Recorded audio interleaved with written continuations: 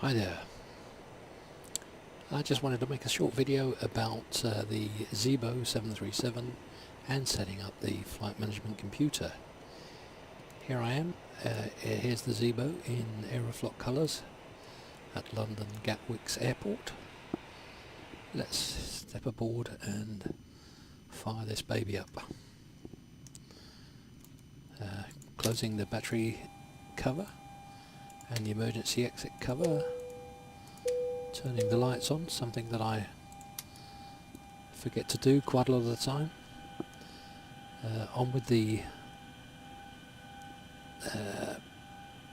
fuel pump, on with the auxiliary power unit,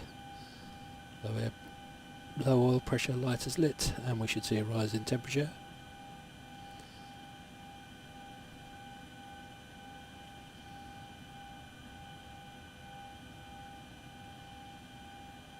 There it goes.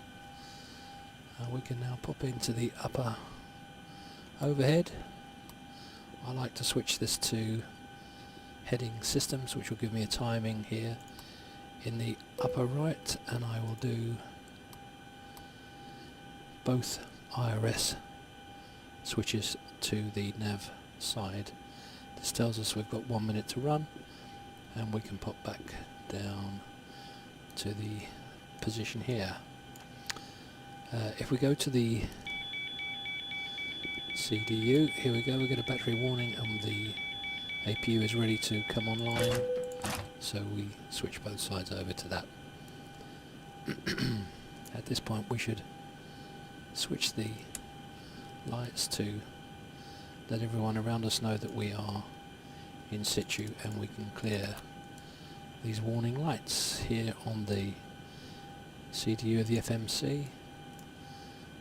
We have a warning or a note in the scratch pad here at the bottom to enter the RS position.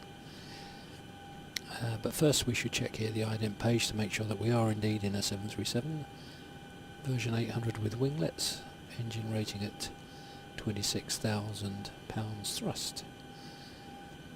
This is the nav data date. We're in January, and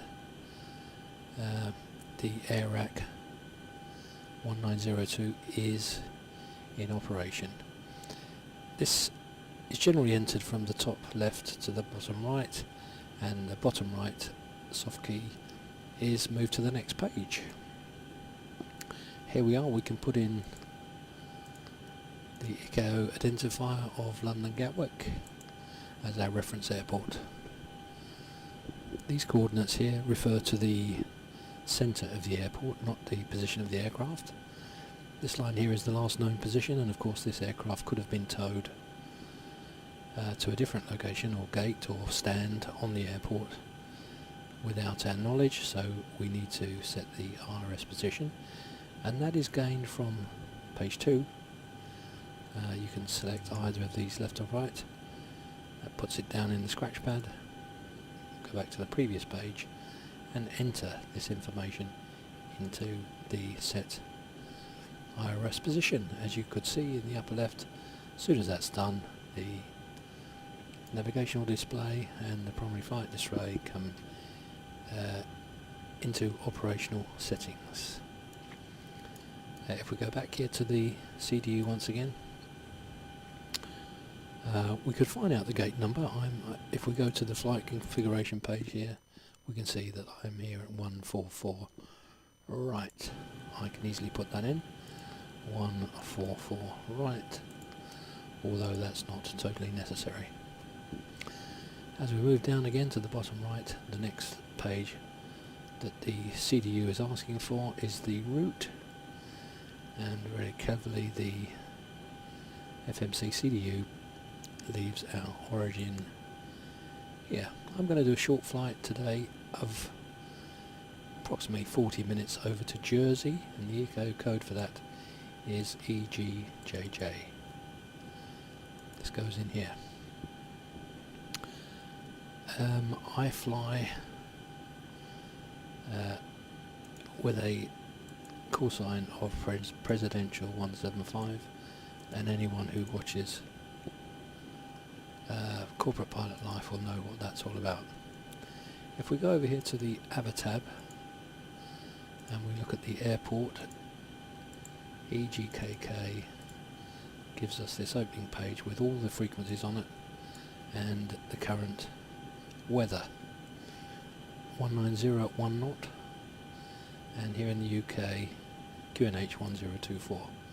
We can pop back here, and looking here at the barometric pressure 1013 standard, here is the display of the ground level, and if we adjust the QNH we can see that 1024, which is here, corresponds with the ground graticule and the pointer.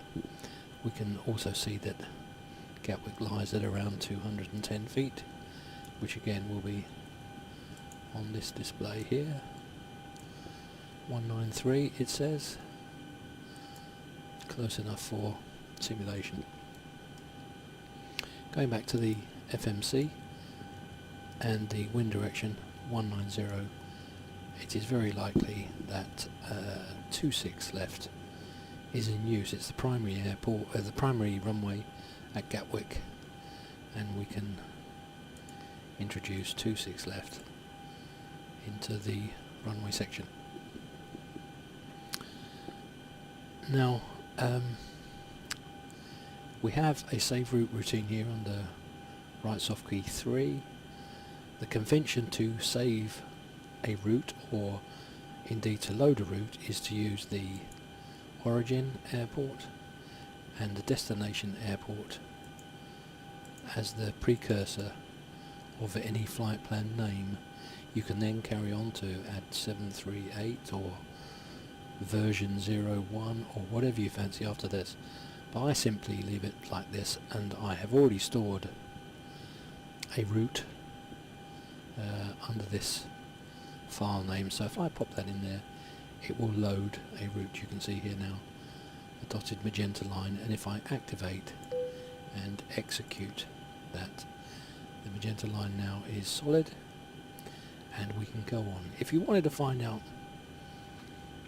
what this route consists of, is simply go to the next page, and this is a very simple direct to SAM, which is Southampton, direct Southampton to Thread, which is a waypoint associated with the Needles, which is a rock promontory off the western end of the Isle of Wight, direct to Ortac, which is the entry into the Channel Islands Class A airspace.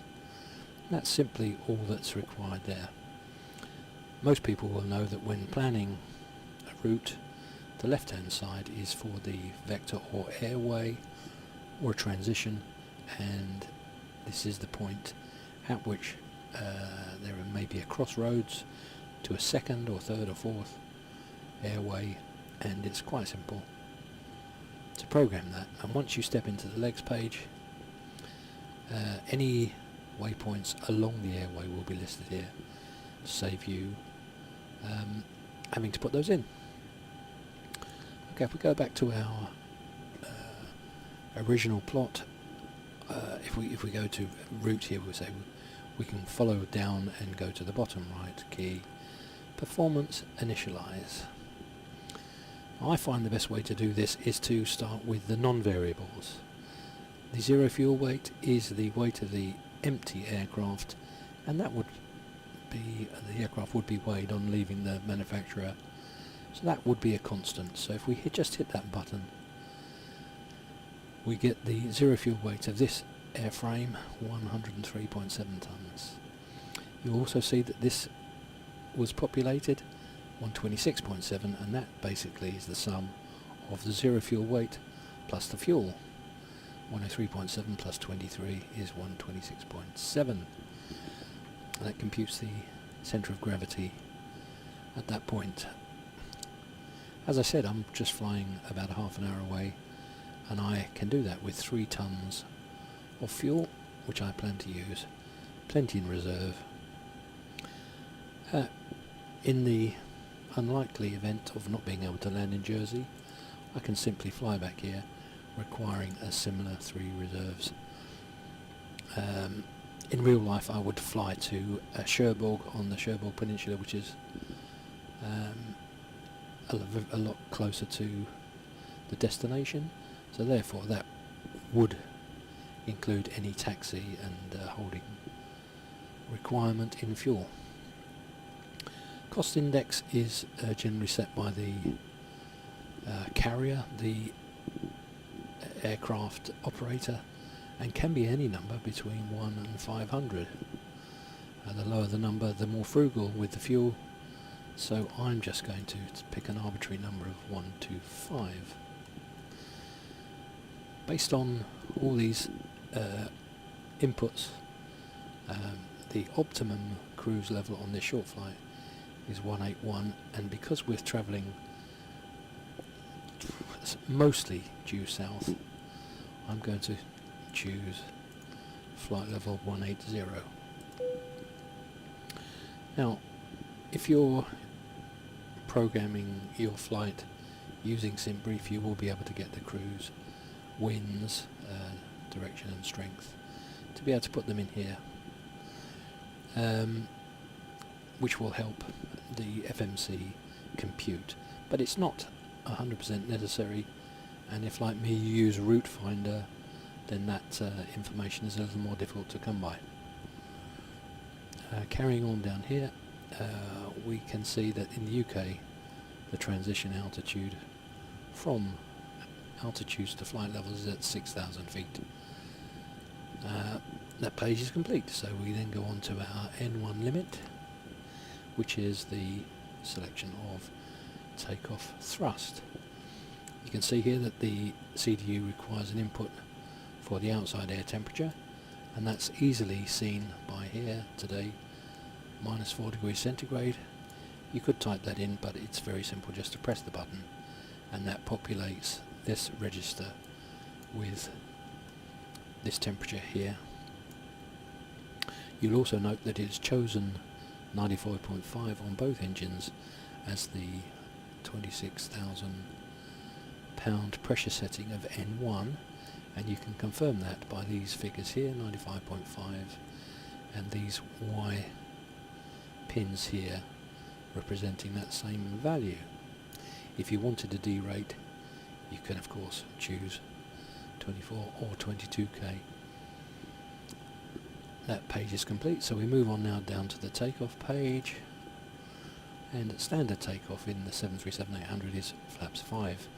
Here at Gatwick we've got quite a nice long runway, and 5 is sufficient. We wouldn't need 10% or 10 degrees of flaps, as we've got plenty of runway. We can now compute the centre of gravity. Trim settings would be 4.7, and these can be set here. 4.7, approximately there. And we now have the V-speeds computed. 126 for V1, 128 for rotate, and 140 for V2. And you can come straight up here to the autopilot section and introduce 140. Oh, hello. 140, a little bit of a glitch. 140 in the speed register. At this point I select my flight directors on both sides, and my rejected takeoff anti-skid setting here.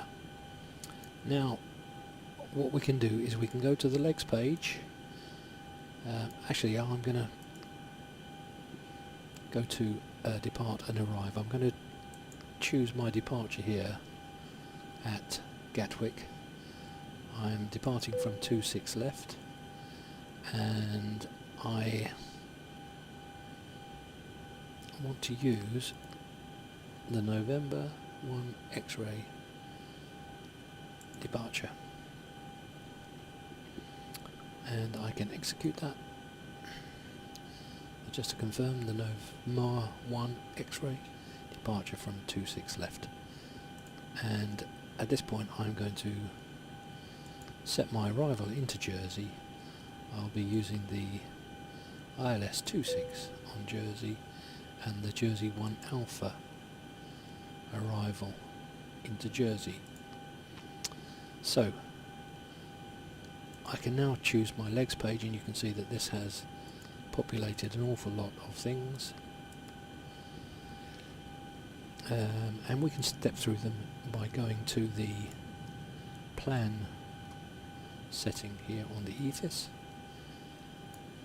This introduces this button to be step, and the center of this display shows the KKW07, and there's a restriction in height 2500 above. So press the step and we now are shown KKW09. That seems good. Then down to Midhurst and Novma, which is our exit from the Gatwick standard instrument departure. Carry on one more to Southampton. Here is the top of climb marked, flight level 180. Here's Thread just off the Needles, the Isle of Wight. Here's Ortac, our entrance into Channel Islands airspace, Angler, and here is the arrival procedure. Here is the runway, here is our direction of travel, and we need to hit this, which is Jersey, the Jersey VOR. We need to turn outbound and join on the ILS approach here. If I go over to Avitab and actually do a search here, I'll need to go to Jersey and arrival.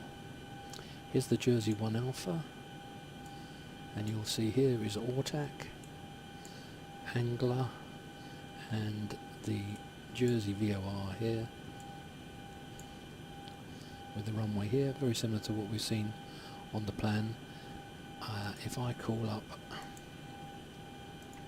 the approach plate for 26, you can see here that this shows it a lot better. We'll be coming in from the north to hit Jersey, outbound on the CAT C and D 126 radial to a position here. This position is 8.5 from IDD, which is here somewhere, but I'm going to use it in reference to the Jersey VOR, and I'm going to create a waypoint, and I believe that's just under half, an approximate. So if I come back to the legs page and I call up Jersey and I introduce the 126 radial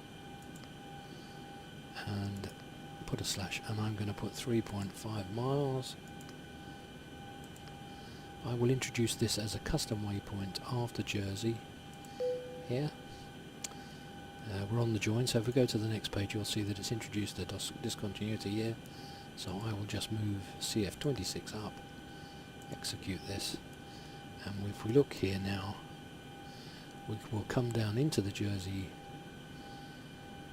VOR and turn off to this custom point here which I've created, and the aircraft will then bank left in an arc here to rejoin the approach path to runway 26. At this point also I'm going to create a fix, a couple of fixes. Runway 26 is the fix, and I will give a ring at 10 miles and another at 5.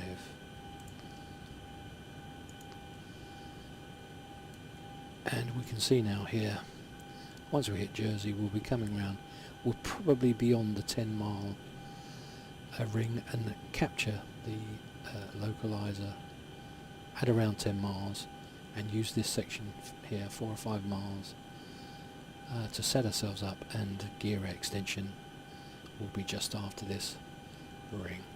So I'm quite happy now that that is set correctly. Back to map mode, and I will look at the legs page on the captain's side. Here on the first officer's side, I would hit the progress bar just so that I know how we're doing throughout the flight. Just bring his lamps up a little, and we are ready to continue with our pushback and start and setting up the remainder of the overhead panel. I'll leave that for another video. I hope this has been of some use, and thanks for watching.